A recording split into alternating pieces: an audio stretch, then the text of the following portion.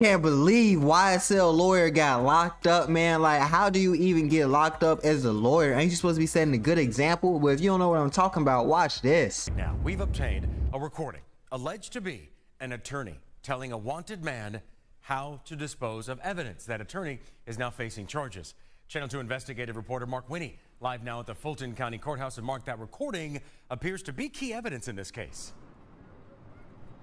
Yeah, after we learned of the indictment of Nicole Fagan, we began digging into other documents, and we found out about the apparent existence of a recorded conversation. We made an open records request for it. We got it. We're going to bring a section of that recording to you, but we begin our report with Fulton County District Attorney Fani Willis. Lawyers are given trust. They take an oath, just like a law enforcement officer takes an oath. And we're held accountable like every other citizen, so we cannot commit crimes. Since she's an attorney, one might expect to find Nicole Fagan's name on lots of legal documents, but Monday she wound up in an indictment as a defendant, accused of violation of the Street Gang Terrorism and Prevention Act, criminal solicitation, giving methamphetamine, oxycodone, and marijuana to a Fulton County jail inmate, and more. But we also found her name in an October 2024 court order by Judge Scott McAfee that indicates there was allegedly a call on March 24th, 2023 by Ms. Fagan to a man who at the time had active warrants. Through that court order, we learned the phone call had been made a court exhibit, which we knew made it a public record we then requested. And here is just some of what we heard when we got it. But even this phone got to go. Everything has to be brand new by tomorrow for you.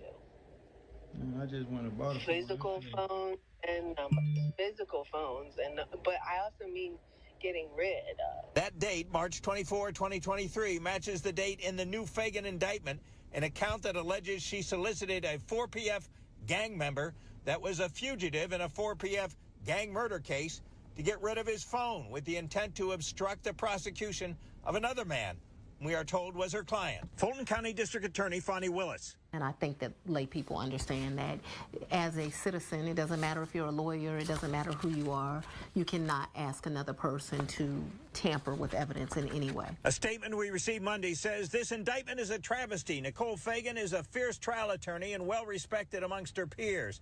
These charges stem from activities alleged to have occurred 2.5 years ago during the YSL trial, for which Ms. Fagan was a zealous advocate for her client. No more.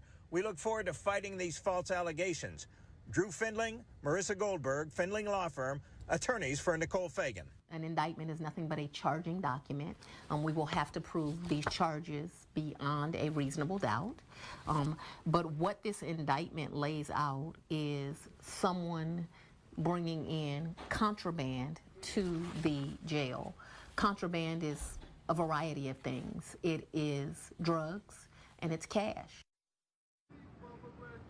Now, the man alleged to be involved in that phone call, mentioned in the court order, documents indicate that he pled guilty ultimately to gang charges, voluntary manslaughter, and a firearm charge.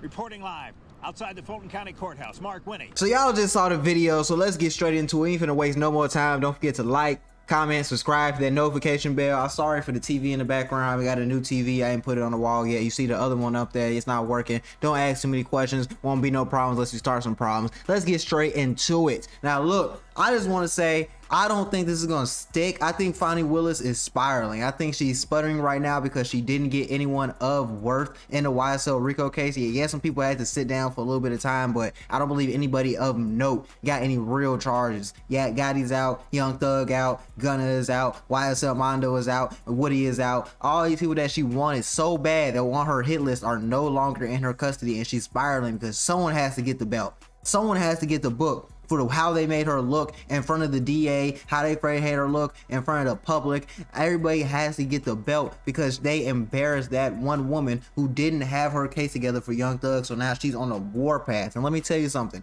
it's not gonna stick.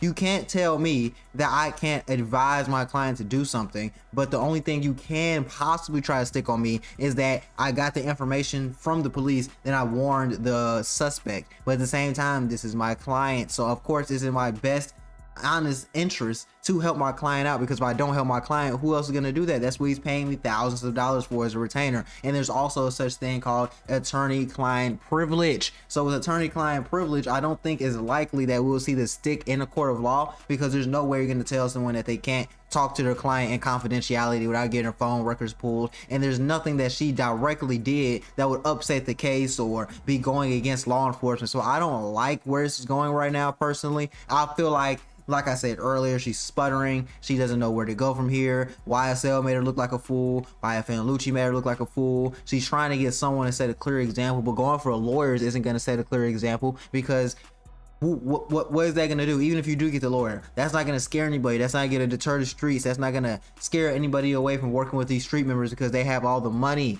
That's where the money comes from. People understand, if I work with these street guys, they're going to pay me big bucks. You know why they're going to pay the big bucks? Because they don't want to go to prison and they can afford to pay the big bucks. But also at the same time, think about it like this. Not only did she fail to get YSL, not only did she fail to get YFN, but she also failed to get Little Baby, because she kept saying over and over, we're going to get 4PF, we're going to get Little Baby, we're going to get 4PF, all to not even try to prosecute him, because she didn't have enough evidence. She just be talking out her butt.